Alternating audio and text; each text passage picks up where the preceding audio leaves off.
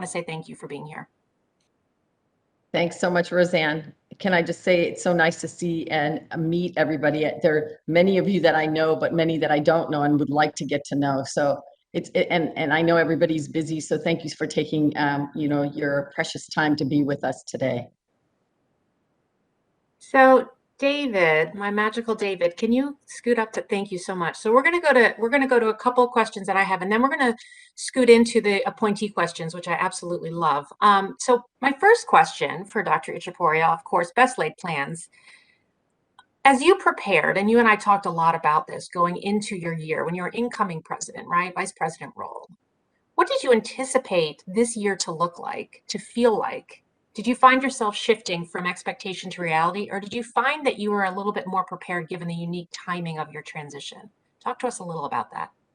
Yeah, I mean, I think the biggest surprise came during the vice presidential year, right? Because that was the start of COVID.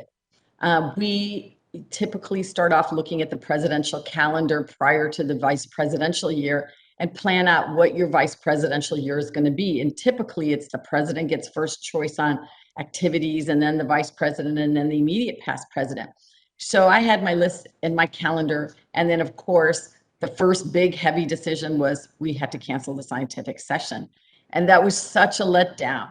And I think we started the vice presidential year, and I know Athena did in her presidential year, thinking it's going to go back to normal and we're just waiting. Okay, 3 months, 6 months.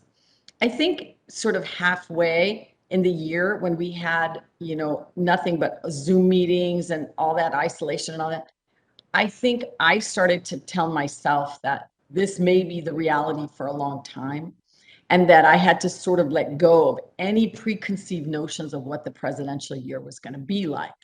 And so I basically just, said to myself, when I become president, this is what it's going to be. Don't have any expectations, because I didn't want to be disappointed. And that was really important. So I just came into it knowing that this was going to be a virtual world and saying, how am I going to reach people in the best way that I can? Let them feel my presence, knowing that I can't be there in person. And I think I said this to you, Roseanne. For me, being in person was really important. I felt like that was one of my big assets, was to be able to interact with people, get to know them, because I'm really genuinely interested. To me, I get excited when I meet people. And so the idea that somebody said, okay, now you take an asset of yours and now you can't use it, and now you have to perform. And I thought a lot about that and said, okay, how is that going to be? Now, do you think internally I didn't fight that? Of course, we all do, right? But that's how I went into it. And so I remember having this conversation with my husband saying, I need to figure out a way to connect with a membership, because I'm not going to be able to travel. I'm not going to be able to go internationally. And so that was where he came up with he sort of said, well, what did you think about maybe like a fireside chat? And I said, well, that seems a little old fashioned. And then that evolved into the coffee with the president, because that seemed more up to date now, more, something more easily to connect. And so that's how these ideas evolve. But I sort of came into it knowing, so I think the presidential year was a lot easier because I had no expectations for travel. And so therefore I wasn't really disappointed. Typically at this point in my presidential year, I would have done at least 10 to 15 international travels. I've had 0 in my 2 years. I've had maybe 4 domestic trips during the last 2 years, so not very much. And when I have gone to a couple of chapter meetings, it's been so fantastic that there is a certain sense of loss that you feel. But, at the same time, there are other things that come along. I know that I had more time to concentrate on what's going on at home, and the college really needed that. The membership really needed that. And so I think that it was easier knowing that this was what it was, and knowing that you just had to accept it and go move along.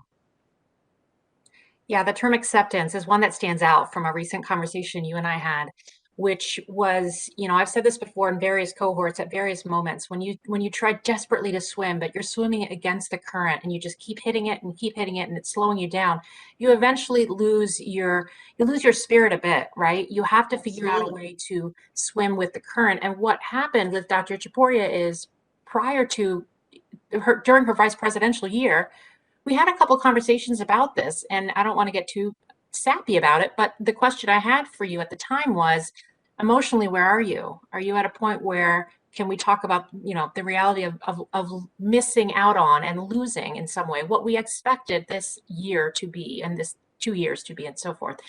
Um, that discussion was an important discussion that I think we each need to have, both at our homes and our institutions and whatnot. At some point, you have to accept and then figure out how do you pivot. And this goes into the next slide, which we don't need to pull up on the screen, but it goes to Dr. Itchhaporia's, what she calls an asset, but I call it a superpower. And when your superpower is taken away, what do you do next?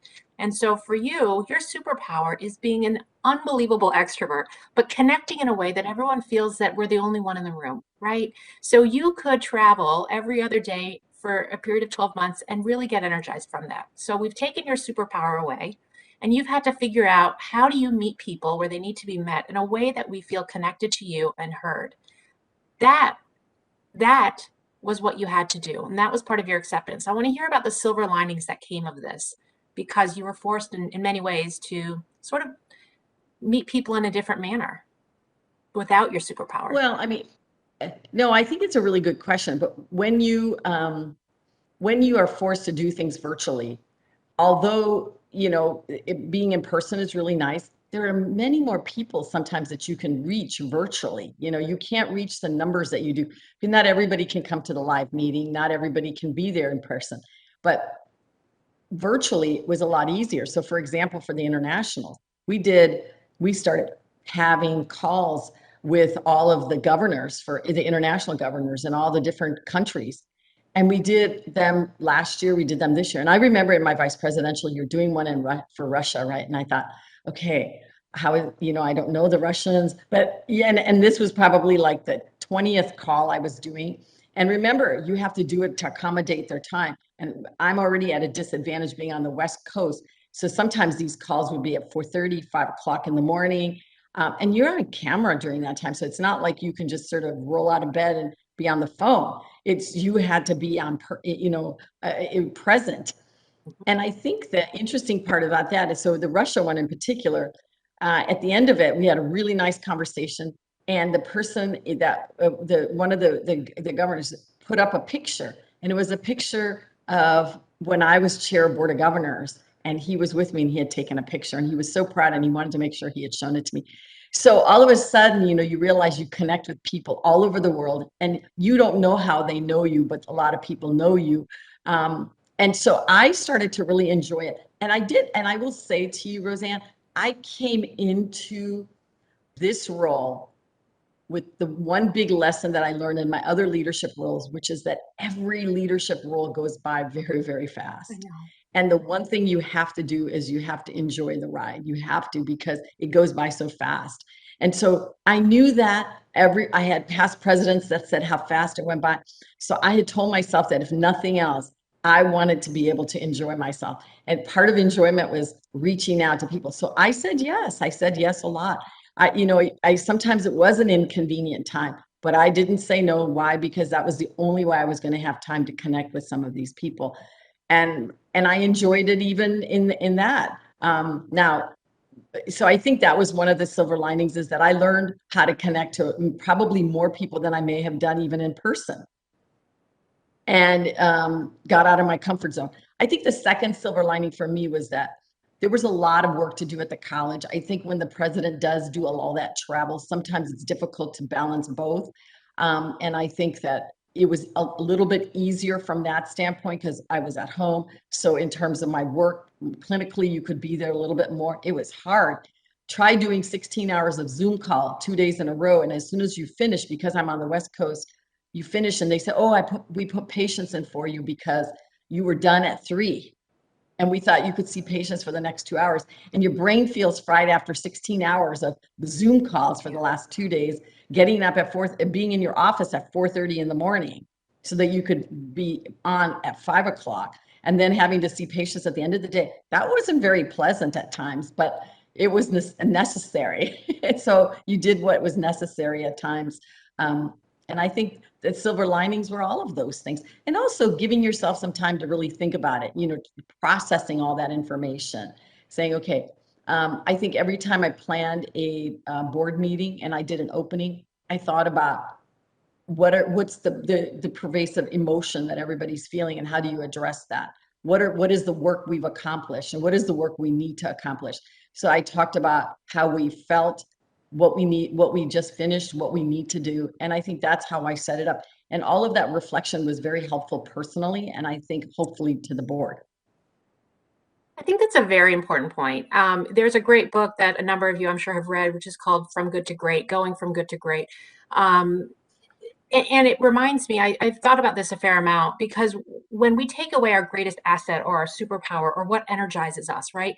And we continue to do the same thing day in and day out, hoping very much so that the same result will occur, it's very hard to get to that next level unless you sort of reevaluate and say, why do I keep hitting this wall? Why am I struggling this much? When we go from good to great, what got us here won't get us there. And if I were to encapsulate the last 2 years from a leadership perspective, I'd say that line really holds true. What got you to a position of leadership Absolutely. pre-COVID may not necessarily get you through the pandemic from a leadership Right. perspective, because the check-ins, for instance, Dipti mentioned at the start of the board meeting, she and I would talk before board meetings, and I would say, okay, let's talk about the time that you're going to meet with these folks. Where do you think they are? Where do you think they are in their own life? Where do you think that they are in their own space? When they show up, are they showing up at 100%? Probably not, because they've got so many other competing priorities. So let's baseline at the start of your meetings so that we get a sense that everyone knows that, okay, we're all here, but it's, let's call it what it is. And that helps leadership. It takes you out of your own head and reminds you what you're in this role for, which is on behalf of the college, on behalf of your team, on behalf of somebody other than yourself. That helps drive passion, engagement, and empowerment. And so I would say from going from good to great is something really important. You do reach a point in your career where you do need to shift a little. And the assets you relied upon, whether they're technical skills or being the expert in cath lab, or being just a really great whatever you do all day technically, eventually needs to shift. Just because you're good at one thing doesn't mean you can lead, right? We need to pivot and figure out going from good to great. That's a big shift. And this was a really big test, this COVID process and transitioning into this. Well, I also think during the time, what we were all missing was the connection, you know? Yes. So connection was one thing. So we had to figure out a way to connect. The second thing was inspiration. We all read, but Yes. part of inspiration comes when you're interacting and you're sharing ideas. So we just had to figure out a way to continue to have that connection and continue to have that inspiration with each other, with our interactions, with what we did. And I think that's one of the things that I kept in the background, is to say, I needed to be inspired. My membership needed to be inspired. The board needed to be inspired. And how do we continue to, and that inspiration came from ideas and thoughts and discussions. So I built in extra time for some of that. And it paid off. It paid off. So I'm going to transition into some of our questions that the folks have submitted, but I want to start with a quick overview, certainly for Dr. Itchhaporia, for you to understand what you have in front of you. So we launched Leadership Academy in 2014. At this time, we're now up to 4 cohorts. We have 70 appointees. They currently span from early career. Sorry, cohort 1 is now in mid-career. So we've spanned from early career to mid-career based on obviously time and the passage of. But within this group of 70 of the folks in mass, not necessarily on this call, when I ask what's keeping you up at night or what questions do you want to address, the trending was pretty clear and very consistent, right? How do I manage change? How do I lead with grace? How do I balance competing priorities? Growth and managing expectations in real time, focusing on today and planning future goals. This piece on balancing came up again and again and again, which is, I love what I do technically all day long, right? I love the clinical work. I love being in the cath lab. I love doing the technical components of my role. I love being a cardiologist, but I'm now getting pulled into more leadership roles. And that is coming at the expense of letting go of some of the things that got me here. And so that question is coming your way. It is sort of to think about, how do we manage holding on to the things that we love, but also the things that will grow us as we lead further when we're being pulled into it? How do we balance those competing priorities? Also, it's a good news story. These are opportunities and we want growth and development, but is it at an expense of losing maybe the passion that got you in the door from the cardiology clinical perspective? And the final piece is sort of leading within the college, recommendations on how to lead further in the college, lessons learned for all, and so forth. But I will say the competing priorities, managing expectations in real time, and growth and development came up again and again. So I want to start with the first question, which is, I think, from Jill. No, I actually moved you, Jill. Nope, Jill's still there. Okay, Jill, let's go to Jill. Jill, I feel privileged to have early success in building a niche and being connected to a great community. I'm looking for you, Jill. Um, the balance on focusing on current state while building out the future. Can you speak to finding the balance of this, which I think, Dr. Itchhaporia, you've done very well, and we talked prior to you assuming this role about planning ahead while also actively achieving success in the current state. Can you speak to this a bit? Well, I've always felt that, the old saying, failure to prepare is preparing to fail, right? And Yeah. so thinking about what your goal, what your task at hand is, and recognizing that preparation is important. And when you prepare, you recognize all the components that are necessary. And I think that there are things that you have to make room for. The old saying, can you do everything? Probably not. You try, but it's difficult. You have to have your areas of focus. I will say that career-wise, you go through stages in your career. At the beginning of my career, I said yes till I earned the right to say no. And that was really important. And because I did, when I started to say no, nobody thought I was lazy. Nobody thought that I didn't care. They understood that it was my time to say no. And I think that I had earned the right to say no. And so I think that was important. I think early on, I recognized that I needed to get my clinical reputation very much solidified so that when I did slack off by doing less, nobody would think that I was slacking off by doing, because I was not competent or something. So I had to demonstrate that competency and have the respect of my peers. They also will help you a lot in the future when you have done that. So early on, I remember thinking there was a cardiologist that would always say, "Hey, can you do ER call for me?" Because we would trade a lot, and I would always say yes, always.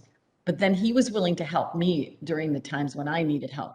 And I think at the early on, you don't recognize that you're ever going to need time. You're going to need help, but you do. And so that helps. I think recognizing that, I was very much clear that what was important to me was my professional career for X, Y, and Z things. And so I worked on I really worked towards that. In other words, yes, I had my clinical duties and I had my hospital roles, and I knew that those were important early on. But it wasn't early that I went into all the ACC stuff. I started adding those in as I went through my career. And then I started pivoting away because I had already established everything at home a little bit more. So it was easier to go in that direction. So I guess one of the things I would say is don't be in a hurry because it really is the journey and not the destination. So you really can enjoy yourself. Plus you learn a lot in that process. I think I shared with you, Roseanne, one time that when I first started my career, I had this very strong visual of a blank canvas behind me. And I remember thinking that I had this canvas. I mean, I couldn't see it, but I had this visual of this blank canvas. And I had this thought that every time I did something, every time I said yes to something, there would be this dot on this canvas. And years went by, and there were many times I was tempted to sort of turn around and see what was on that canvas, but I didn't. It took a little bit of discipline, but I didn't. But I remember this one particular day that I had this mental visual of turning around and seeing these dots connect in ways that I never imagined in my entire life. And that became sort of my story and became the journey of my life. And that's what I would say is that for everything that you do, it's a dot on that canvas. And it was there's a saying that says that you can't connect the dots going forward, you can only connect them looking backwards. So I mean, so you have to be able to at some point turn around and see that. So I think because I had that visual, I just knew I was going in the right direction. But I think it forces you to say you've got to create your own path. You got to create your own story. Everything that you learn will come together in ways you can't anticipate, but those are very helpful. And that's where I didn't feel as much of in a hurry. And in fact, I will tell you that by the time, I was tapped to say, we'd like to nominate you to be president, I was really happy with what I was doing. I I remember. was chair of the Yeah. Middle East conference. I was Yeah. governance. And I actually said, look, I'm really happy. I can wait. I'm young enough. I can wait.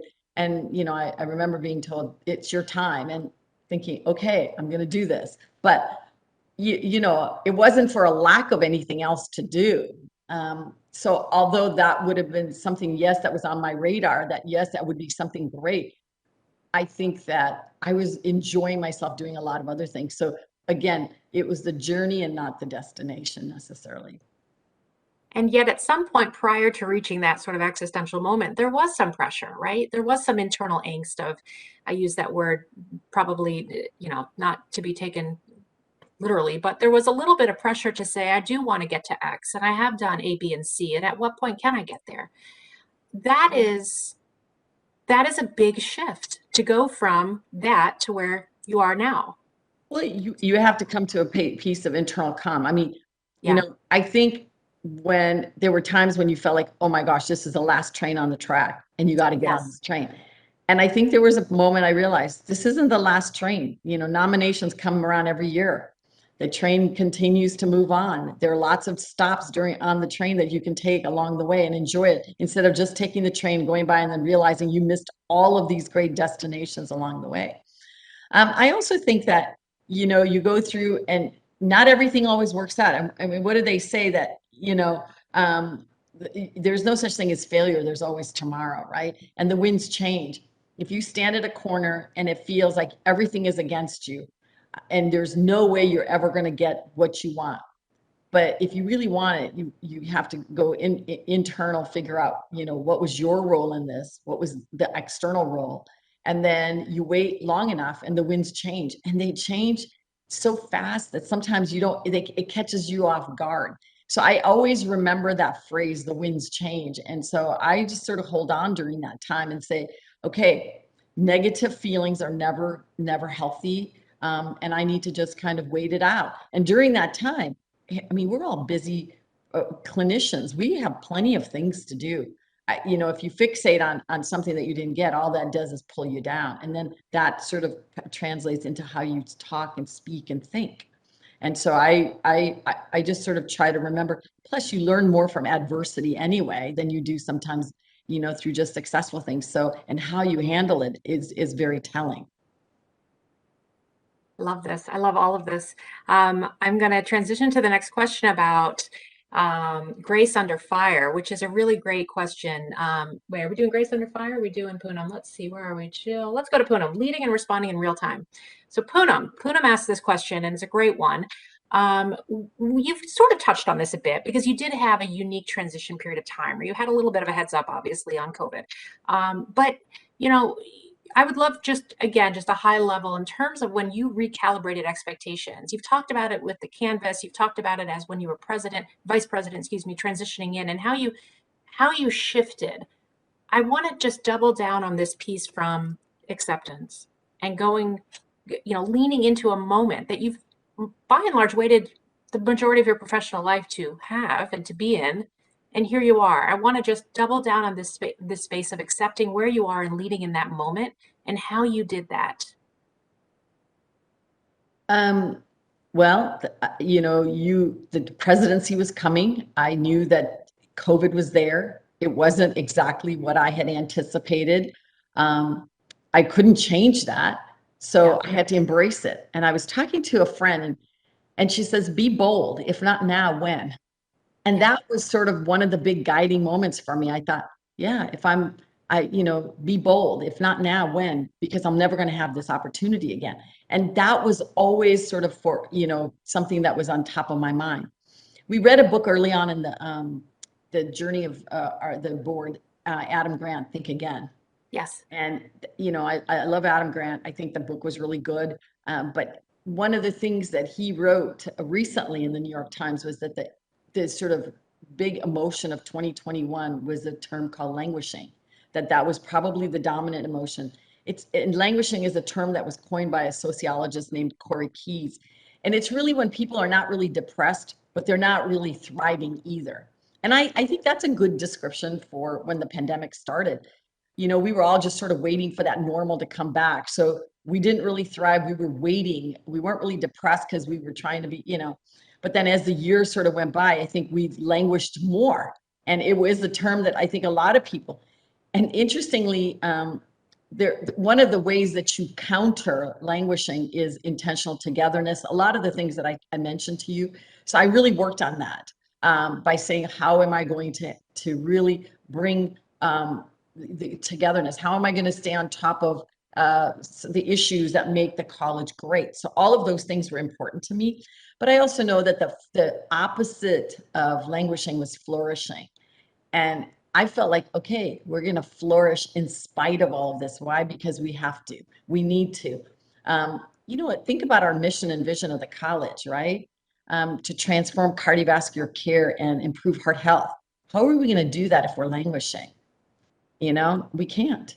And we talked about, in our vision statement, we talk about innovation. So we talk about innovation. Cardiology in itself is a very innovative field, right? We're very tech savvy. So I really was internal about what are my interests. I believe in the idea of digital transformation for healthcare and particularly cardiology. How do you embrace that? I'm passionate about health equity. I ran the health equity task force and said, okay, I really spent a lot of time thinking about how innovation can help transform health equity. I wrote about some of this in my leadership page, and then that gave me the material for things to talk about. When I did the coffee with the president, I thought, if it's stuff that's interesting to me, it's probably interesting to my colleagues. And that's what sort of guided me doing that. And I think once you start doing the things that interest you, it's not work. It's really kind of fun because you're doing all the things that you really enjoy. And you let go of things that no longer serve you. And that's also part of this. You have across the board and over the years let go of things that are no longer there for the purpose that bring you joy. I've noticed this, and you've been intentional. Right. Well, and I didn't really, one of the things that you asked about clinically, I did make a conscious effort to make sure that I decrease my clinical load. I'm very busy clinically, and I actually had somebody that came in and stepped in and started taking all my general call. I do interventional call only. That was a big help. I started to say that when I had patients of mine that got admitted to the hospital, I would not be able to round. Why? Because I'm on Zoom calls and I'm doing all of this stuff. In the beginning, it was hard to let go, but I recognized it was really important. And the more I did, the easier it was. Plus, a lot of the patients knew what was happening. And so they were grateful as long as I made sure I reconnected with them. So, what you realize is the process is both ways. It's hard for the patients, but it's also hard for you. And recognize that. And I work through that. And I tell the patients, look, I would really like to be there, but I can't be there for this year. And the more I let go, the easier it became to do that. And the sad part is you sit there and you say, can you go back to it? Because you've sort of cut back a little bit and you're like, I don't know if I can go back to that same level. And so, yes, that was very intentional. It needed to be. And I would say that's important for any role that you take on. When you take on a role, you have to think, what is it that you need to do? And I'll go back when I finished my internal medicine training at Stanford, and I got a faculty position at UCSF. This was in general medicine before I ever became a cardiologist. I will tell you that the reason I got the job, and they told me this, is that I was very clear about what it is I needed. And I remember sitting for an interview. I had 13 interviews on a day. And in between an interview, I sat down and wrote down everything that I thought I needed to be able to do an awesome job. And that meant I wrote things like, I need my own office. I need an assistant. I would need the X, Y, and Z, everything I needed. I wrote it down that I could think of. And I shared that and I remember being asked that. So do you have any questions? And I said, yes. I said, I just wondered, what are some of the resources I would have? And can I share with you what I wrote down on my list? And I did. And that impressed them that I had spent that much time thinking about it, unbeknownst to them that I had only spent 5 or 10 minutes in the waiting room before the interview to write this down. But at least I had spent some time thinking about it. So again, I think preparation is really important, you know. Again, failure to prepare is preparing to fall, you know, to fail. I mean, that's what it is. So taking that time to think about it. I love that. And I also love what you just spoke to, which is organizational culture. Many of you know it's sort of my favorite thing, favorite kind of hobby. But assessing an organization and their culture, and by coming into these interviews or any meeting, basically saying, look, I'm here and I'm here to do all the great work that you all need me to do, but this is what I need from you. This is a relationship, this is a partnership, and these are the expectations I have. Let's talk about how we can meet in the middle. You cannot achieve greatness alone. You need to be part of a team that's there to support you, but you also need to be part of a culture that is really enabling that kind of success. And so I applaud you for, sitting down in that waiting room and saying, no, you know what? Here's where I am. I may be really early in my career, but this is what I need to succeed. And this is what I bring to the table. And I think that's a very appropriate conversation to have and to continue to have. Well, and Roseanne, sometimes we're afraid to say that because we're I, afraid that if we say these things, that they're going to say no and they're going to reject us because that, but yeah. maybe that's not right for us anyway to begin with. And I think we don't sometimes stop to think what our own competencies are and how those fit in. And it's interesting because a college went through a governance reboot and, you know, even committee assignments and all of that are competency based. It forces us to think what is the best fit for us based on what we're capable of doing and then go for that because that's really where you end up being most successful. Yeah. Yeah. And I think that the larger culture piece is a big piece that we may actually get into in some of the additional questions. So I'm going to go further to the next, which is from Prashant. And Prashant, his question again is a bit more, is also about balancing. I believe I love titling these Grace Under Fire. I love these titles. So as leaders, we manage competing clinical, professional, and personal responsibilities in an ever-changing world. Prashant asks, can you provide insight regarding balancing these competing priorities while also driving toward, attaining the goals and leading with grace? And I, I think, again, this is not a standalone question. This is a question that comes up again and again and again throughout, whether I'm having a one-on-one conversation with somebody in one of these cohorts or we're talking as a group.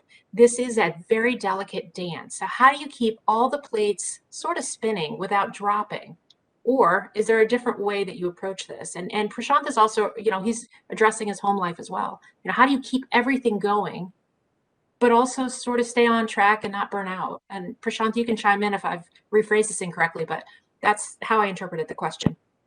No, that's perfect. Thank you, Dr. Itchhaporia, for taking. So I would say that it goes back to writing down all your priorities, right? So what are your goals and what are your priorities? When we do the strategic plan at the college, there are many, many goals, but we end up having 3 major strategic goals and then strategies to achieve those goals underneath it and the metrics to make sure that we're actually achieving them. So, but if you look at the college, there's a whole bunch of things that we want to do, but there are 3, we had 4 strategic goals that we concentrated on. And so I would say the same thing, that maybe doing almost like a mini personal strategic plan. So for me, the goal this year, being president, what were my immediate goals? Well, ACC became a huge goal and what I do in my role in ACC. Then there's my clinical responsibilities and how do I manage those best during this year? And maybe I'm not saying this in the right order because probably number 1 is sort of my personal me. How am I going to take care of myself and function at my top best? Number 2, what are my most closest relationship that I need to maintain while I do that? Number 3 was ACC. Number 4 was my clinical stuff. So those were my 4 big arching.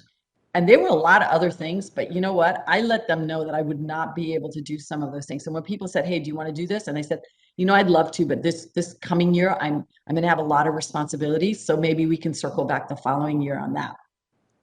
So I was very much targeted. What did I need to do? Well, I knew I needed to exercise every single day. I'm a big exerciser. I knew it was a good stress release.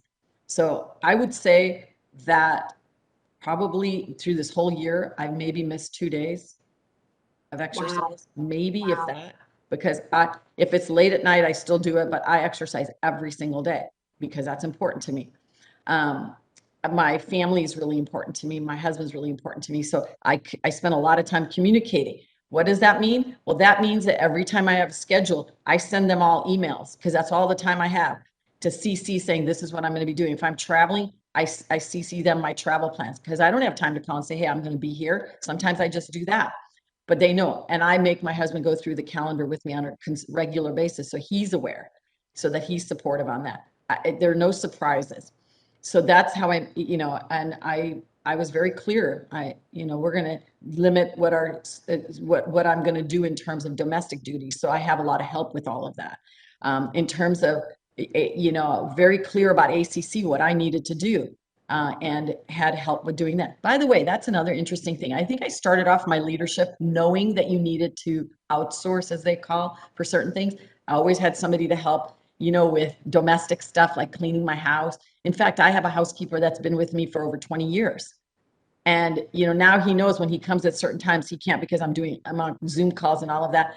So he's very careful. But that was one thing. But, I never went beyond that. I don't think outsourcing is just that. It's recognition of help in all different areas that you need it. And some of that is hard. I didn't know how to do that. So to have an assistant that really makes sure that all of those things are in line is something that I've learned and has been instrumental in my success. And Roseanne, my assistant, she's incredible. And that really helps because she manages. And now people, even at the hospital, or they all know, I'll just call Brianna and let me just ask her. Why? Because she manages me. And that's okay. So that's another helpful way. And then clinically, what do I need to do clinically to balance all the things out? And the other thing that helps a lot is to always stay in front of what it is that I need to do. So I always want what I need to do this next week, and what do I need to do the next 2 weeks, and then what do I need to do next month? Because I'm always preparing. I need to know what talks I need to get done. What are my talking points for things that I have to be present at? And all that background information. So I constantly stay on top of it because I can't put together a set of slides in 24 hours. I have, but I don't like to. So I need to know ahead of time so I can plan it out. And that's what I do. So a lot of that is planning. I do leadership pages, so I need to know about those, do my research on that.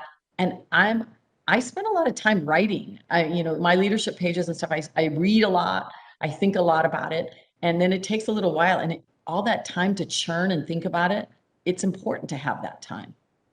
So I don't know if I answered that question, Prashant, but I think a lot of it is just defining it. But the other thing is I love the idea of a mini strategic plan for yourself. Set 3 goals. What are your strategies to achieve those goals? And then how are you going to hold yourself accountable by having metrics for those goals? Prashant, does that help? I know that when we talk about these competing priorities, it really does vary across where you are in your professional life. And so for early career, for instance, or mid-career, those with young children, those with elderly parents that are aging that you need to care for, all those things, I think I would love, Prashant, you can chime in if you want, but I would love to know, Dr. Itchhaporia, over the span of your career, did you basically need to reboot over time, or can folks expect one plan and then it's linear? I think that might be the tension, certainly the friction I feel in my life is I often, go with gusto with all the things, and I have to remind myself to reboot, repivot, and realign.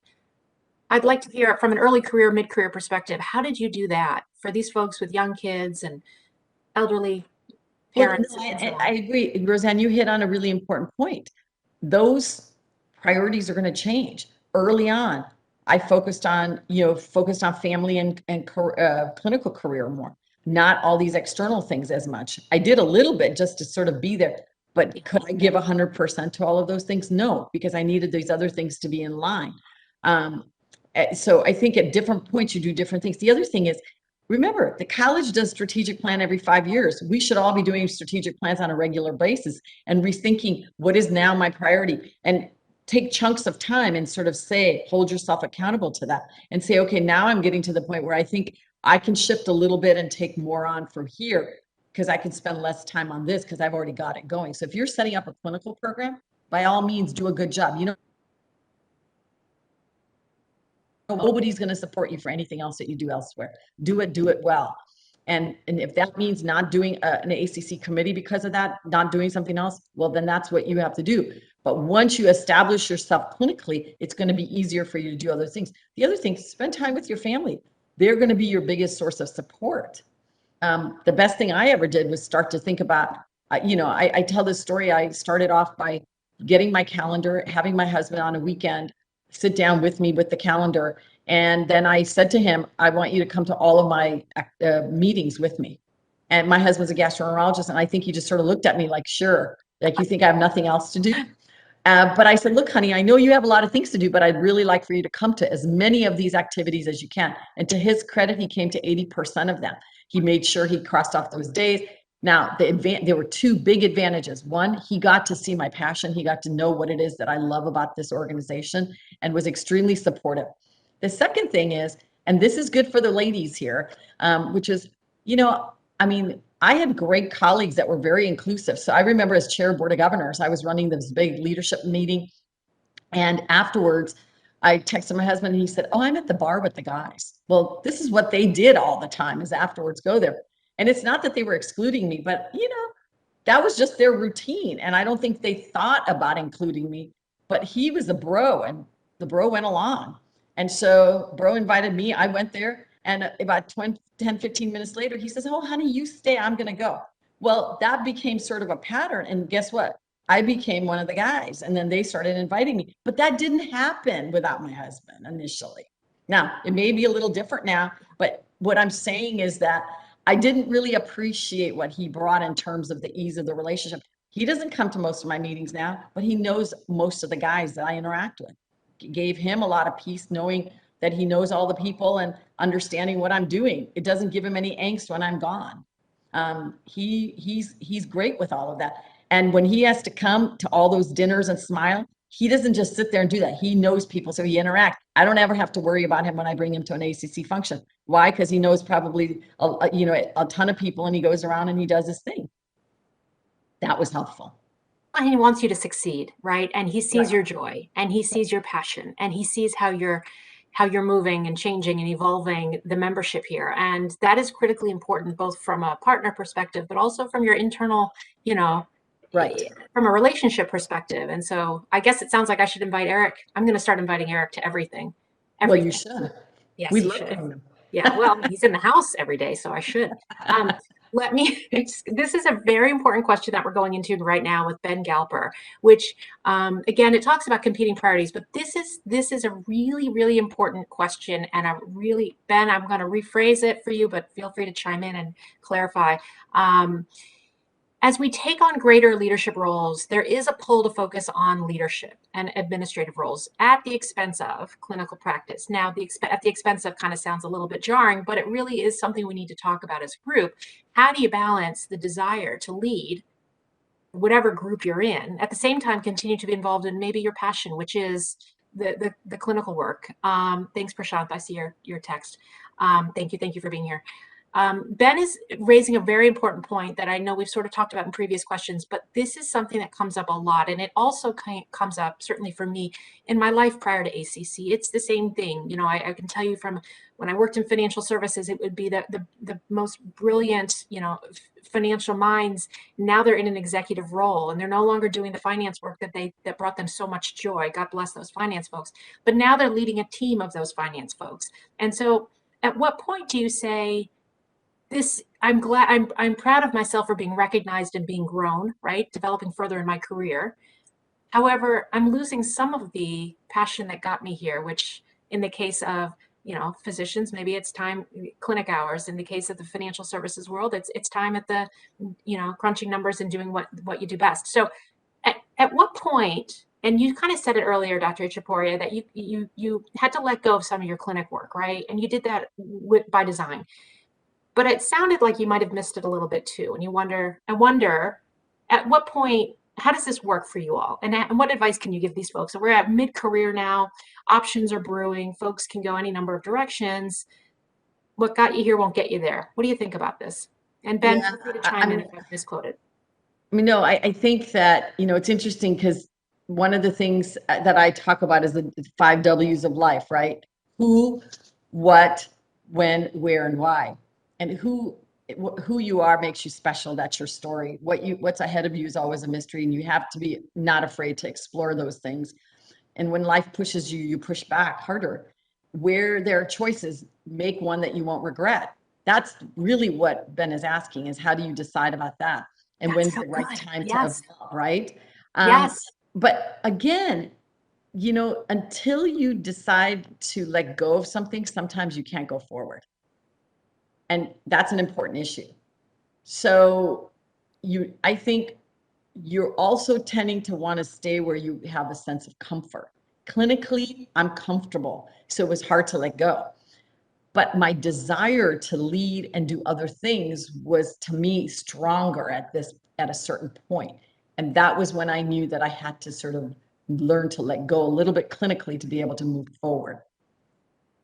But goes back to you know, that there's going to be periods of evolution. If the leadership piece is important. See, there are some people that don't need to do leadership roles. They're just happy doing clinical things. I think it goes back to having that self-awareness, you know? And I always say that that's super important. You need to be boldly self-aware what it is that you want. Are you going to be happy seeing patients forever, or are you the type of person that needs to lead?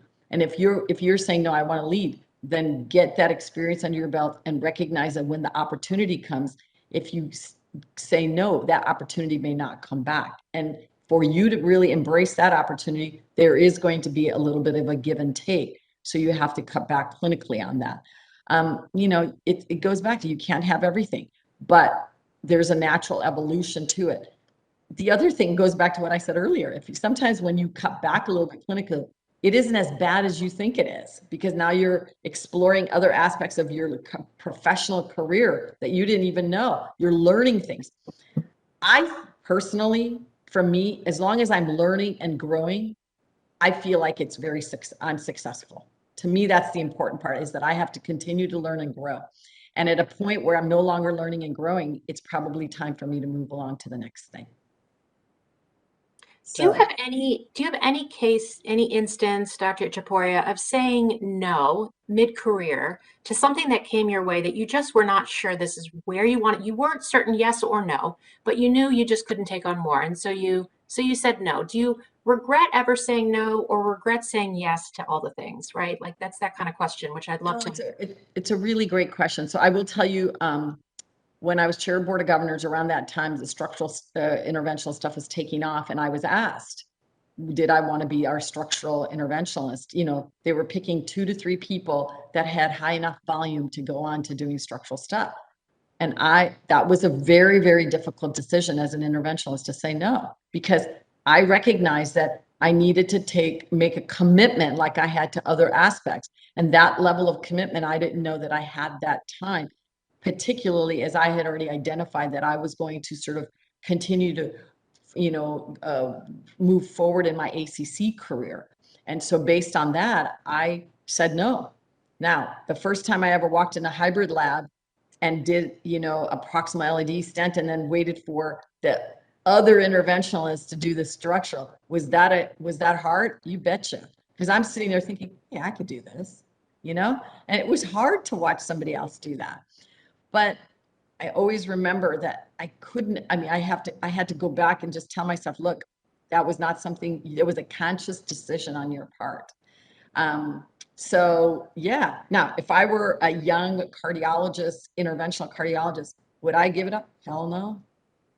No, I would do it. I always tell all of my mentees that are interventionalists, I tell them, do structural, I mean, I don't think you can be sort of a current day interventionalist without doing structural work. I mean, and there's so much to do there. You know, there's not just aortic valves, but I mean, you've got mitral and now tricuspids. There's so much. So I would, but I think I was a different stage in my life. And so therefore I had to say, no, I can't, I don't want to do this because I got to do this. It was hard. Hard. That is very hard. Really hard, but it's okay. I still, you know, I'm still interested in how they decide to do that. So for example, tricuspid is something that I'm really interested in. And so I you know, and everybody knows that anything that's tricuspid, they come and ask me, they're like, and I said, did you measure the annulus? Did you do this? Did you, you know, I mean, and I tell patients, I said, if you want to be a structuralist now, I would go for tricuspid, because nobody thinks about the tricuspid valve, but it's sort of the forgotten valve, but it's where it's at. Ben, does that help a little bit? It's really that balance of yes, no, go forward, stay. What are you letting go of? At what expense? I keep going back to that statement because it's powerful. What are your thoughts on this? Yeah, thank you, Dr. Chipora. That's exactly the what I'm grappling with. I'm, 5 years out, and a very busy structural interventionalist, but leadership opportunities are coming up. I know I want to do that as well. But you kind of talked about you have to let go of some things to move forward, but still stay in the lab as much as I can. But no, it was very, very helpful. I appreciate it. Well, the other thing is, for years, I didn't want to give things up. So what I did was I just worked that much harder. So that's one way, but you'll drive yourself crazy doing that. I don't really necessarily recommend it, but there are times when you just have to do that. I remember when I remember going to England one time and flying into Orange County Airport. And as I was flying in, I had a STEMI and I had to go straight from the airport. My husband goes, "What?" He said, "We just flew an international flight," but that's the way my arrangement had been, that I was going to start call at a certain time. And it just happened to be my call. And I couldn't complain. I just went in and did it. Crazy, but did it. Because that was, that's sometimes what you have to do. So if you don't limit it, you just have to do the crazy hours and not complain about it. On the other hand, as well, I do think it's important to note that this does go back and speaks to the more senior you become in your role, the greater opportunity for leadership appears and arises. And at what point do you decide that you want to continue to grow in a leadership role, executive leadership, versus continuing to fine tune your craft? That is hard. Again, I'll go back in time, pre-ACC life, we often had two separate tracks for folks, people that wanted to go further and further technically in their own career path, and those that wanted to go onto the leadership side. Because while I say it's not two separate hats, in many ways, you are shifting your mindset and how you spend your hours, time, and what you provide in terms of value. So it is something to think about as you all continue in your career, to do a SWOT analysis, to do a strategic plan, Ben, to sit down and you and I will talk, but to go over where do you want to be in 5 years and what does it look like? And once you go there, let's push the clock forward to 2027 and you look back. Do you regret saying no? Do you regret saying yes? Do you feel like you didn't double down on the areas that brought you the most joy and passion? That's really, when we go back to the canvas of Dr. Itchhaporia, is really important. We're so reactive in the moment, yes or no. What I really want you all to think about is go forward a few years and then look back. Are you proud of what you see? Did you make the right call? At what expense? Okay. We're going to move on now to Poonam, who has a great question about sort of the diversity and international community within ACC and how, Dr. Itchhaporia, how did you leverage the power? Now, of course, we talked a bit about your own asset of superpower, and if you had your way, you'd be on a flight every day all over the world. Tell me, how do you work with folks with different backgrounds, certainly across the aisle, across the pond, across the screen? Talk to us about your interactions over the year with the international community. Well, as I've traveled, one of the things I realize is that we're really more similar than we are different. And especially when we put on our cardiology hat. So I had the opportunity to do the Best of ACC in China. And in that, I ended up doing some mentoring in China. So I had 3 women mentees in China. And really just talking to them and interacting with them, you realize the same issues that we all face here, they're facing. And that's true across the world. And so I think it helped for me to have that recognition. Number 2, I think, I'm interested in people and different cultures. And so the idea of having the opportunity to talk to all of them and to learn from them is so exciting that, the conversations come easy because I want to know. Tell me about what your day is like. Tell me what your work life is like. Again, what I find is there's so many similarities. And so to me, that's sort of an easy thing. I will tell you, being in the Middle East, being asked to do the Middle East conference, I had a little trepidation because I wasn't sure they were going to embrace me as a woman. Yeah, and I said, I remember saying, "Are you crazy? Don't you think that they're a little chauvinistic and they may not really embrace me?" I remember being told, "Well, you're a very strong woman and that's why we think you'd be perfect." And honestly, they've all become my friends. They're so lovely. I literally feel very much now at home if I were to go to the Middle East and travel around. And, I hung out with the interventional folks. I've done I've done conferences. When I'm on the screen now, they're like, "Oh, hi, Dipti." You know, it's not no big deal. I just dropped in again. So I think it's similar across. I think it just takes a little bit of time, but they're all looking for the same connection that we are with them. They're looking for that connection with us. I don't know if What do you think to that? What do you think about all that, Poonam? Certainly from also early career section and the leadership roles you've had. Do you feel that does this resonate with you? Does it help? Yeah, absolutely. We've been working to grow the international working group of the early career section, and that's where we've been interacting with folks from Asia, Europe, and the United States, and several other countries. So what you said really helped. It's really wonderful to get to know them actually and learn about their clinical practices and their cultural backgrounds and kind of merge them together and participate in each other's activities. I think that's helped a lot. So thank you so much. This data was great. Can I just tell a quick little story for when I was in China? I was touring a cath lab, and there was a young interventionalist there, and he showed me this case that was horrific with a perforation. And he said that he had read in Jack how you could get these cells from somewhere and then sort of use that as a patch. And so he showed me, and it worked. And I said, so now had you done this before? He said, no, I read about it. And I did it. And you were just like, oh my God. No. So there's a lot of learning that comes from this because some of these people have, they take a lot of chances and they work with, sometimes limited resources and do a lot of work. That's just amazing. So I think it's exciting when we can learn from our international colleagues. Do you find that globally we have a shared experience from a COVID perspective now that, you're meeting more frequently and at scale with folks, certainly internationally? Do you find the global community is feeling this sense of the burnout and, the all the things each of you on the screen and those off the call are feeling, which is, I'm tired and I'm burnt out and I need X or I need Y or I just need a break or whatever the case is. Do you find from a well-being perspective that's a global concern? Oh, absolutely. I have several of our international colleagues that text me on WhatsApp regularly. And just the other day, I said, I'm so tired of this COVID stuff, from one of my colleagues internationally. So absolutely. I think we're all sharing. People cannot wait to have a big live meeting. I pray that ACC 22 will be that live meeting. We were the first large meeting that shut down with COVID, and it would be so wonderful if we were the first big meeting to open back up, recognizing that we're really, we're not really going to get past this. This is it's endemic. We're going to have to learn to live with it. There's a new normal. We need to embrace that new normal. What does that mean? And how do we go on? We have to show all the resiliency that I know that we all have.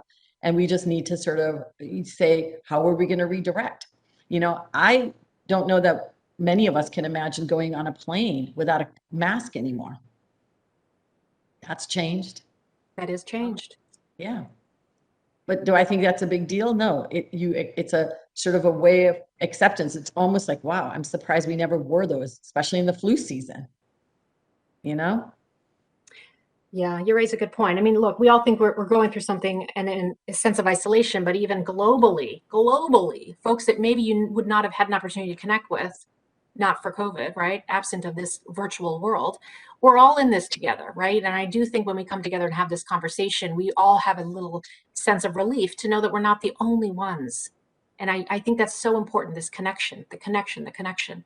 I want to go to the next question, which I believe is from Ben. I think it's Ben Freed. Yeah, this talks about change. And, we've talked about this. I've certainly talked about this ad nauseum regarding change not being an acute event, but almost a longer term piece of the puzzle when you're a leadership, in a position of leadership. Dr. Itchhaporia, how do you lead through a change effort that may not be viewed positively? In other words, how are you gaining buy-in? How are you handling stakeholders? What are you doing in advance to get a mutually beneficial outcome?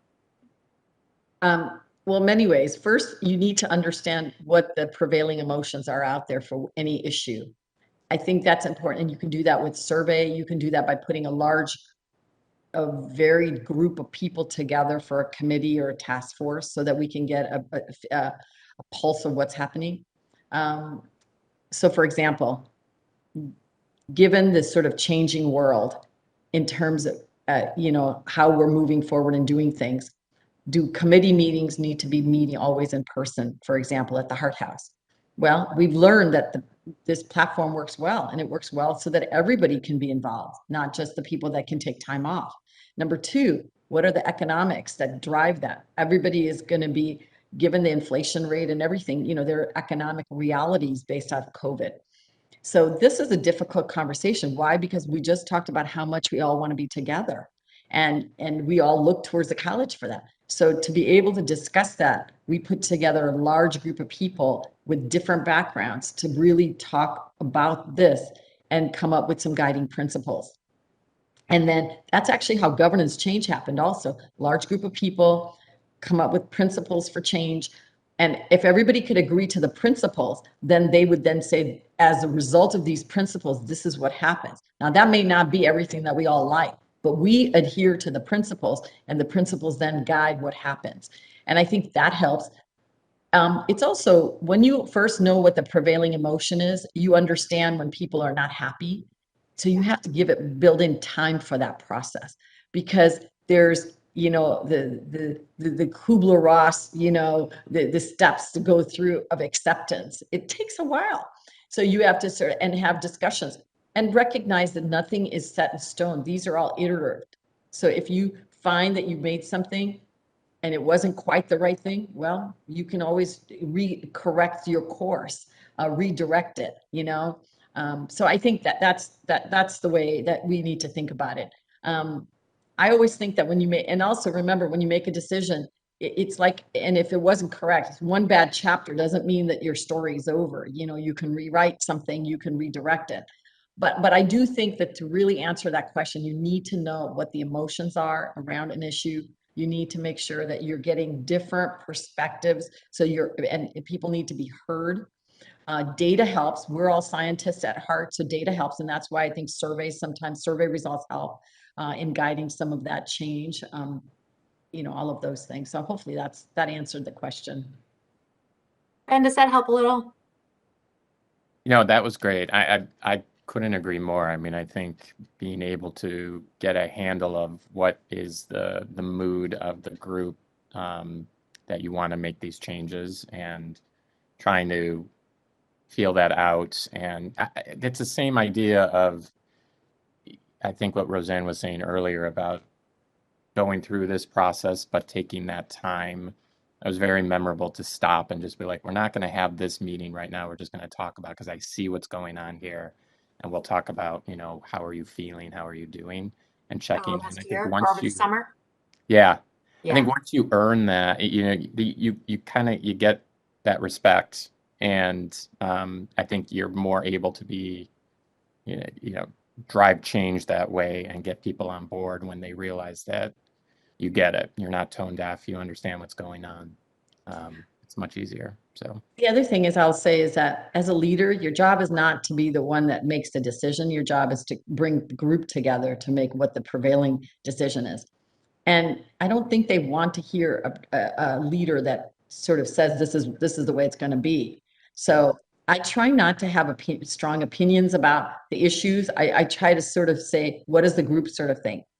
And it's interesting, we're working on an ABIM issue right now. And I was listening I had dropped in on one of the calls, and I was listening to the discussion, and somebody said, you haven't said anything, what is it that you think? And I just asked a couple of questions. And the few questions I asked sort of brought the resolution of the issue. And that wasn't what my plan was, but that was just sort of what happened, because I didn't think it was my job to say, this is what we should do. My job was to just make sure the group was together having the discussion that would help to bring together, bring out the answer. So I just sort of asked the questions to sort of flesh that out, because I had felt that the group had already made a decision. Yeah, that's great. I think that's a key point in terms of leadership, asking the questions. When we ask more and listen more and tell less, you have a greater outcome. At the end of the day, we've talked about this before, change is less technical, it's purely emotion. I mean, not purely, let's call it 80%, right?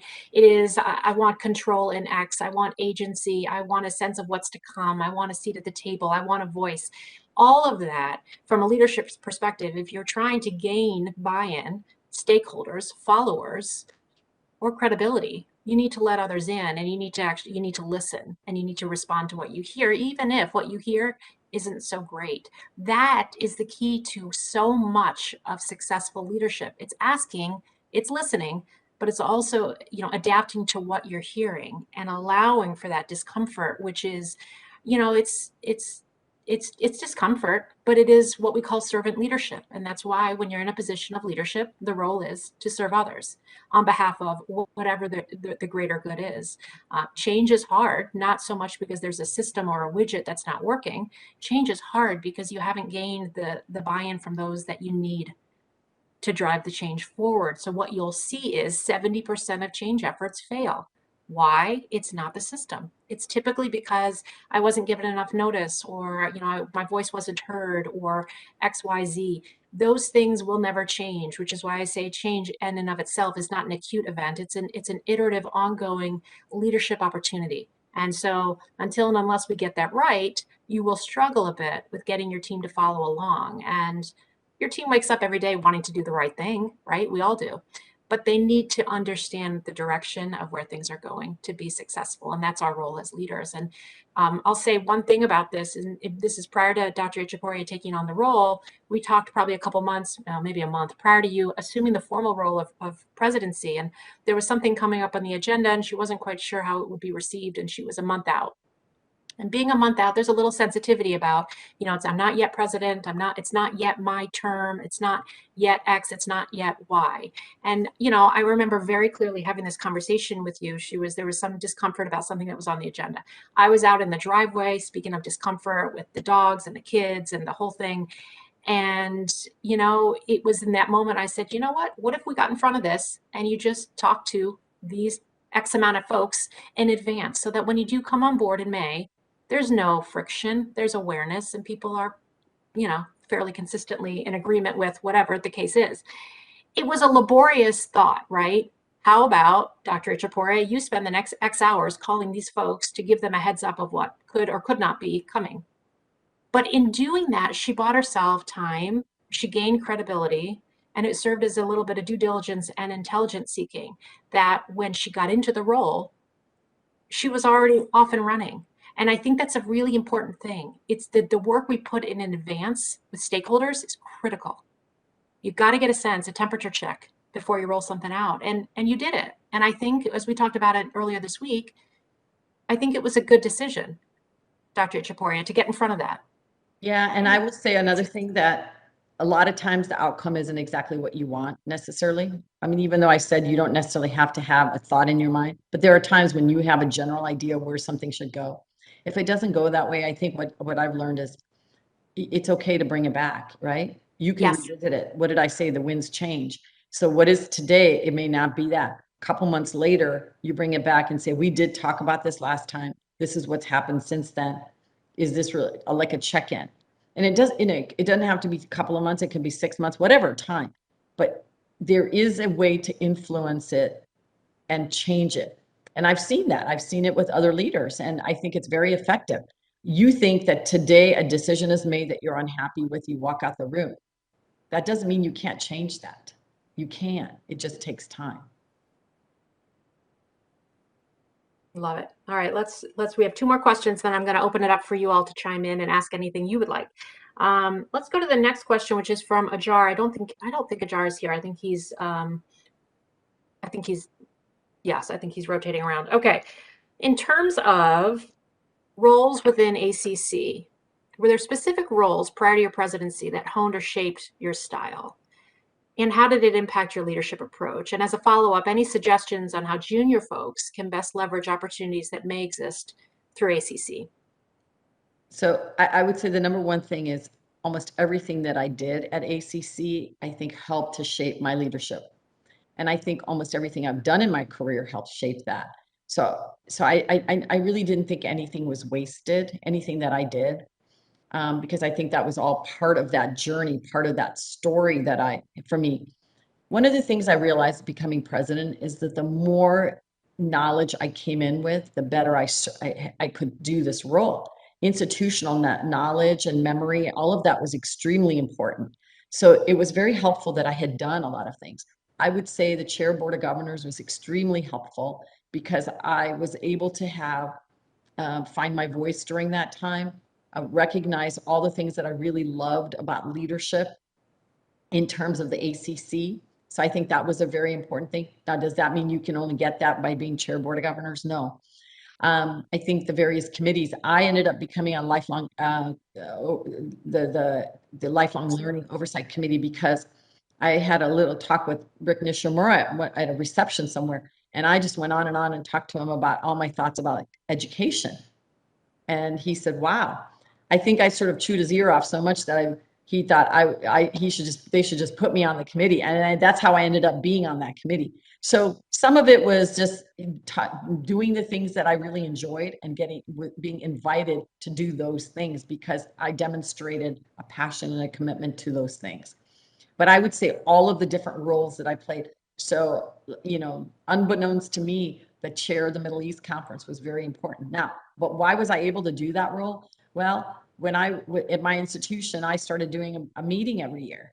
And when I first started doing a meeting, I never ran a meeting before. I was doing it with Pravin Shah, big echocardiographer. He said, why don't you do this? Why don't you do this? And then he helped me do the agenda. After a couple of years, I would still put his name on it. And he said to me, Dipti, he said, why are you putting my name on the agenda when I had nothing to do with it? Because I felt bad. And he said, no, next year you're not putting my name on the agenda. And so, but I learned how to do agendas. I learned how to run a meeting. Unbeknownst to me, that was going to help me when I ran for the chair of the Middle East Conference. Doing an agenda was no big deal because I had been doing that for years. I'd been running my course for a decade. And so, again, nothing I ever did was ever wasted. All those things really helped me. It helped organize my thoughts. It helped organize what worked, what didn't work. So use all of those opportunities. And when something doesn't work, sort of say to yourself, why did it not work? So that you can learn from it, so you can pivot the next time. That's wonderful, wonderful, wonderful. Any thoughts on this that anyone wants to address? Because we have one more question, which is the big one. I'd like to go to the final question, and then we're going to open it up with our remaining time.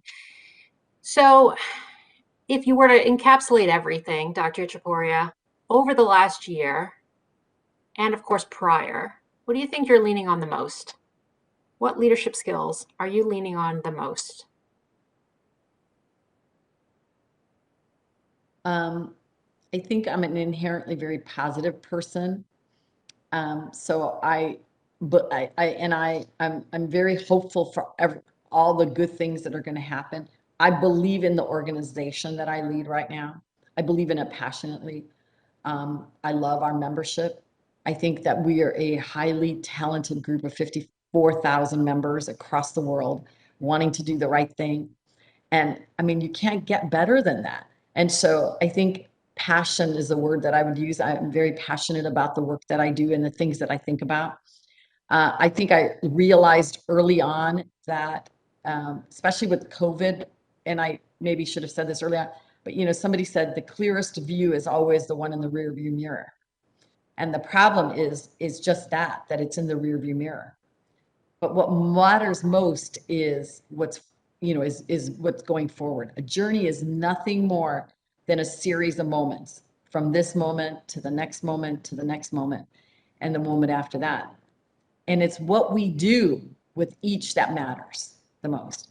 And I think I recognized that really early on when I started this year, and recognized that all these moments matter, and that's really all that matters. There's all of this that had led up to it. But now what am I going to do with each one of these moments? How am I going to enjoy them? What am I going to do with them? And it goes back to what my friend said, be bold. If not now, when? And so I thought a lot about all of those things. When I came in as president, they asked me, I talked about the Snoopy cartoon that I love. And it said, Snoopy said, we only live once, or he was talking, Charlie Brown was talking, he said, we only live once, Snoopy. And Snoopy said, wrong. We only die once. We live every day. And I think a lot about all of those things. And so for me, all of this is purposeful. It has to be purposeful. That's heavy. I love it. I love it. I think your story is an incredible story. And that's why I desperately wanted to get to you here in front of these folks, and I want to open this up to ask, does anyone have additional questions? This is your time, and I really want us to use it to the full extent possible. Anyone have additional questions for Dr. Itchhaporia that we didn't address? Because I will tell you, if you're thinking it, probably others are as well. I would love to hear your thoughts. Well, I'm gonna have to. Can you hear me? This is Travis. I'm gonna Hey, hop in Travis. here first. Hey, I'm gonna have to break away, but thank you again. Your words of wisdom. I'm trying to text and write and communicate with that. I didn't have enough hands and arms, so hopefully we're recording this so We are. we can make this gold. But I guess my question is, and I think the college has done a great job of looking at this obstacle as opportunity.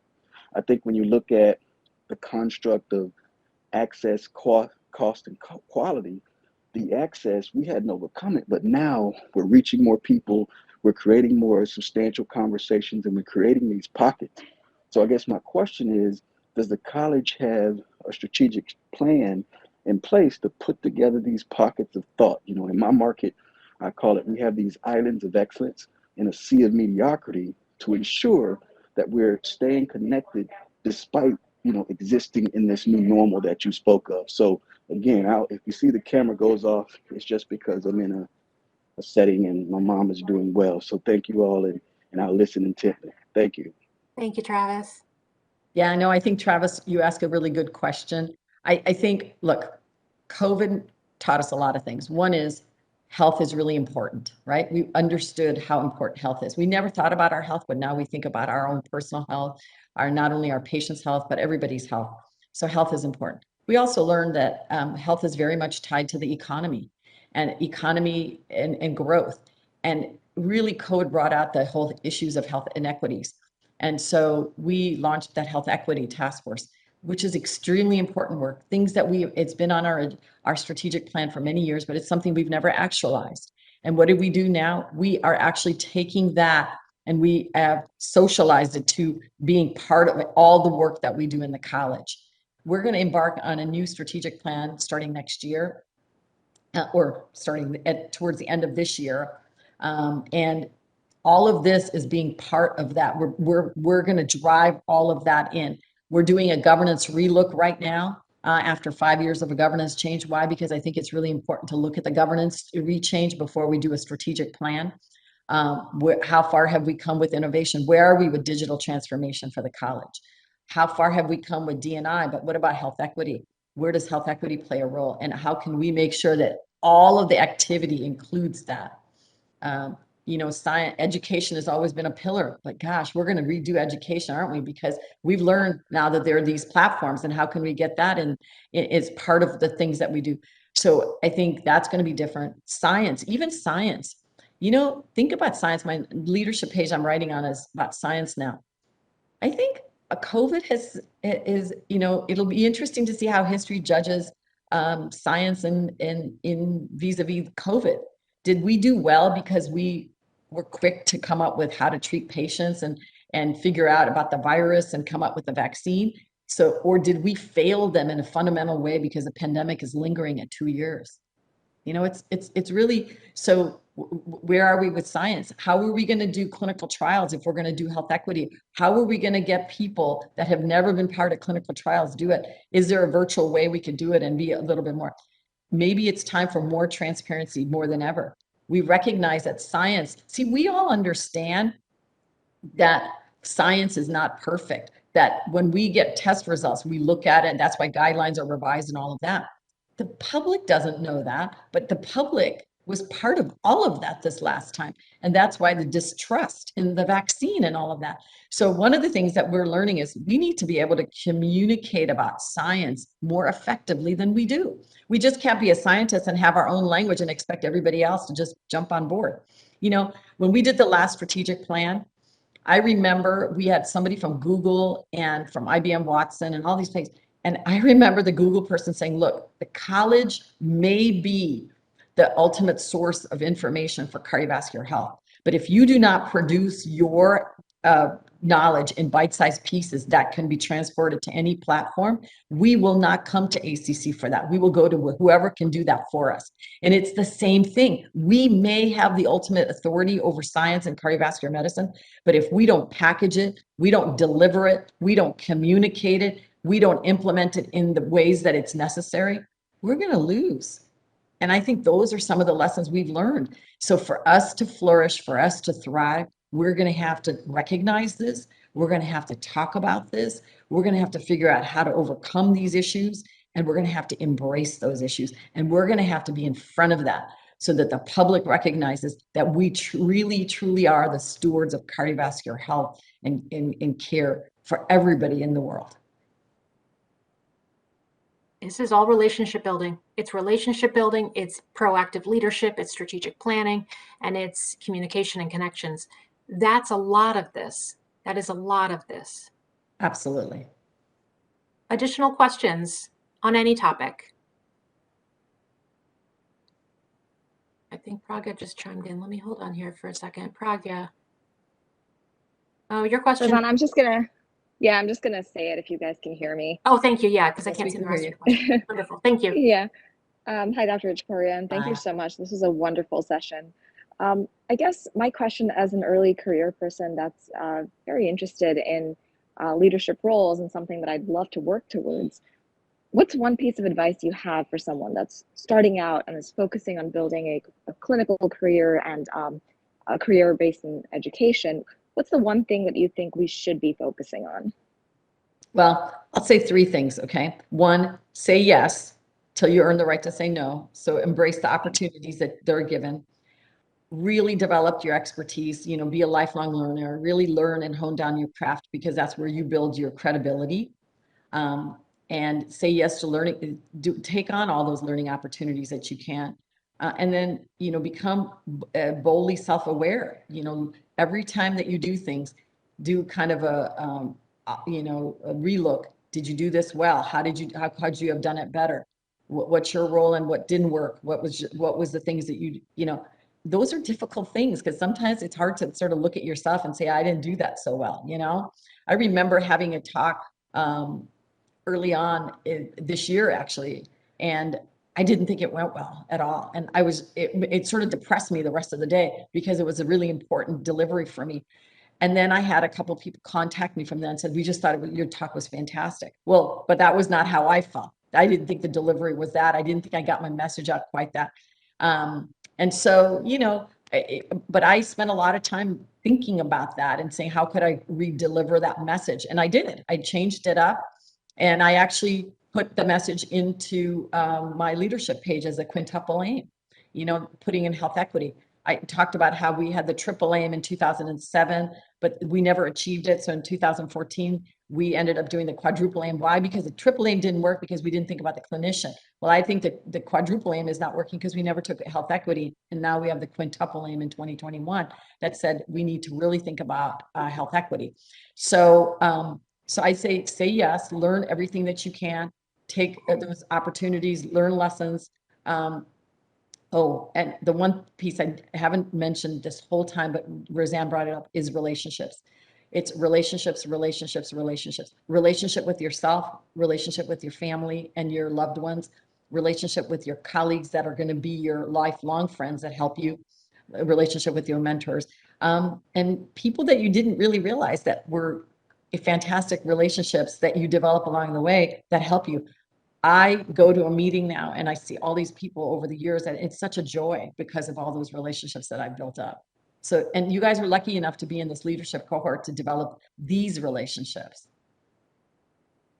It's really true. I mean, it's the power of getting through both the good days and the not so good is to know that you're not alone. And the Zoom burnout is of course pervasive, but the idea that we can come together and share the sense of we're going through this together is very, very important and powerful, but it gives agency for people to feel and to express that they're not okay.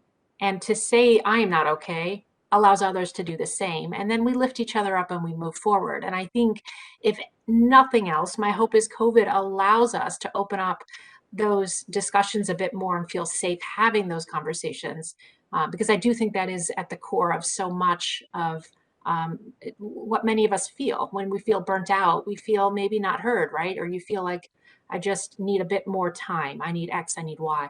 I do think having a crew of folks that we can lean on is critically important. I'm going to pause there. I know Poonam has a question, and I want to jump over there. Poonam, what's on your mind? Oh, this is completely unrelated to what we've been talking, but Dr. Itchhaporia, social media is playing such a big role in connecting so many people across the globe, particularly in the COVID times. What, in your view, is the best way we can use social media, in today's world, in our careers or just growing in a leadership role? I think substance matters. And there are times when certain aspects of social media doesn't have very much substance, but has sort of the glam. And I'm not sure that that really serves us well in the long run. I think social media absolutely is a way to reach and get your message out to so many different people. So I, for example, use social media I use it, but I use it very strategically in the sense of Twitter is a great way to get messages out. I let folks know that I'm around, I'm interacting. When there's a message, I sort of get the messages out. It isn't a forum to share what I ate yesterday, for example. It can be, but it's not necessarily that. But again, as my role as president, it's not really the right message. So, again, depending on what your role is and what you're trying to portray, that's how you use social media. I think it's an absolute tool that we have to use, but it depends on what the goal is that allows you to know when and how to use that tool. Does that make sense? Perfect. Yes. Thank you so much. Thanks, Poonam. Any other thoughts? Questions? Hi, I can ask a question. Sure. Hear me? Thank you so much. This is just such a treat. And I think we learned so much by just being a fly on the wall of your experiences and your stories just really bring to life, I think, all of these concepts that sometimes feel very abstract, but in reality have a huge impact when we do the hard work of implementing them. So what's next for you? Obviously you're a planner, and there's a lot still left to do. And I think you hinted to a lot of really interesting issues that are still in need of all hands on deck, so to speak, just in the answer that you gave to Travis's question. But what's next for you? How are you thinking about the future? Yeah, I'm a planner, but there are certain things you just can't really plan. And I didn't want to take my eye away from what I'm doing now to sort of worry about what's next, at least not this year. So I have 3 more months in my presidential term. So that's still, a huge number of months, I think, and I want to embrace every bit of it. But at the same time, I was telling Roseanne that when people ask me this, I feel like I'm driving on a country road. And what I'm being asked is, what's over the horizon? And I will say there's only one way to know what's over the horizon is to keep driving. And so I'm going to keep driving for the next 3 months, keep seeing what's over the horizon as it comes into play. I do know that I want to continue my work on, health equity. I know that I want to continue to marry the issue of innovation with health equity and how do we scale that. I'm very interested in issues of some of the things that I brought up about the intersections of science, economy, health. I'm certainly most interventionists as they will evolve into preventionist. I believe prevention is the way we're going to get value-based care in the long run. So some of that is of interest to me. Writing is a way that I really put down on paper some of these thoughts that I have, and I want to continue to be able to do that. So I will do that. I'm inherently inquisitive. So the idea of being able to continue to talk to folks as I've been able to do with the Coffee with the President sounds very intriguing. And is there a mechanism for me to continue to do something like that in the future? I would certainly look at that more. But I think writing sort of what I'd like to do is pivot to things that are sort of the natural next evolution steps, rather than doing some of the things that, all of you are wanting to do, because I've done some of those things. And so I want to have room for other people to do some of those things, and hopefully mentor some more people that want to do those things. So looking at other aspects of my career and saying, okay, where do I evolve? I'm certainly not wanting to go riding off in the sunset somewhere, but want to be really involved in some other areas. But I think that there's not exact clarity, because like I said, it's hard to know what's over the horizon until I continue to drive on this journey a little bit longer, I think. Thank you so much. And I think, it's a function of what you talked about, because you're so young, right? And yet obviously so accomplished. And so I think it's inspiring us to see what happens now as we have folks like you in these leadership roles and going through the presidency. I feel like we may be in a different era than in the past, when we had, perhaps a different stage of life embodied in our presidents, because I think you have so much more to contribute, and in 1 year is not enough, right? And obviously it's not 1 year, because it's a long trajectory. But I think that it behooves us in the college to find ways to engage the wisdom and the experience in ways that still obviously make room for the next generation, but I think leverage all of the important insights that you have to share. No, those are really good points, Viviani. And I think about that. The governance change made it where even the presidential team was 4 years. I remember Minnow Walsh telling me that it absolutely took 2 years preparation to get to that presidential role. And now it's only 1 year, the vice president, and then the presidential year. So things are changed. And you're right, as sort of maybe some of the demographics of the presidency changes, some of those needs for those of us finishing will change also. And maybe that's going to change the character of where we go forward and how we utilize past presidents and stuff. But I think it's a good conversation for us all to have. And, I'm certainly not going away. I don't think that I would say, when you look at back, Athena, Dick Kovac is now at the college, as in his chief medical officer position. Mike Valentine's still very much around. Minnow Walsh is still certainly around, Rick Chazelle. So they're all sort of contributing in various ways to the college. And so I look forward to that, ongoing continued contribution in multiple different ways. And hopefully lots of international travel in the future.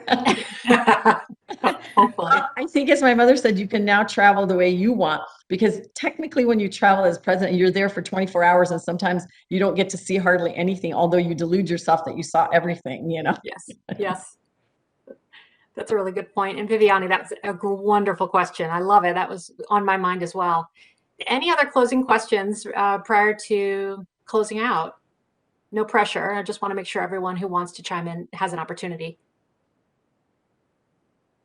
So that's 3 seconds, 2 seconds, 1. Okay. I'm gonna transition now to close. Dipti, thank you. I just want to thank you. I want to thank you for all the things. You've been amazing to work with, but equally amazing to learn from. I have not taken notes. I have not made a list of all the things. I can just say this from the heart. The reason you are so successful is that you care deeply about others, and you lead with a sense of relationships, connections, and sort of understanding where people are coming from. That is a hard thing to do. It is an incredibly critical competency to carry.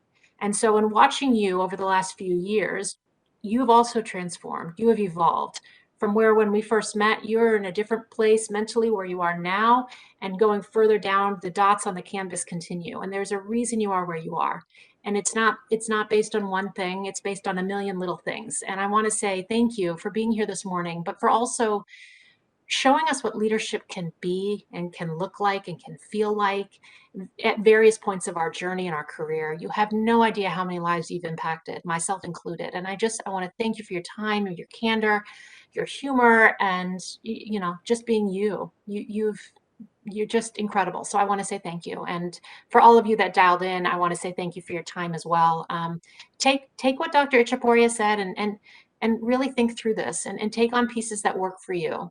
And enjoy these moments, every moment, right? Dipti, every moment is a dot on your canvas. So enjoy them. And you Really. know, when somebody said, you asked about the silver linings, one of the silver linings was I didn't get all the travel, I didn't get all that, but I had my No. moment on Times Square. You know, that picture on Times Square was, and I had shown that picture to somebody, and I had a slide next to it that said, life is not measured by the breaths we take, but by the moments that take our breath away. And I really felt that way because, oh my gosh, to see that, you know, was something that maybe I wouldn't have experienced had I been traveling busy and not, you know, had that moment. So I do think that there's a series of incredible moments throughout your career that you just have to embrace with all the people and the relationships. So enjoy it. So if my piece of advice in leadership is find that passion, enjoy your time, enjoy the moments, create the relationships, because at the end of it all, those are all the things that you're still going to be left with.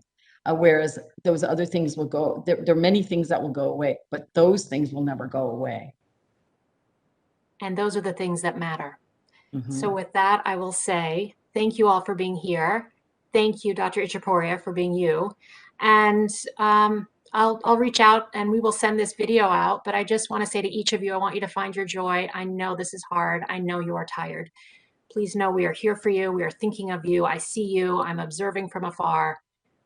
It brings us joy to help you. So please, please reach out to me if there's something you need, if there's something you're not getting, if there's something that could spark a little bit of sunlight in your world, please reach out.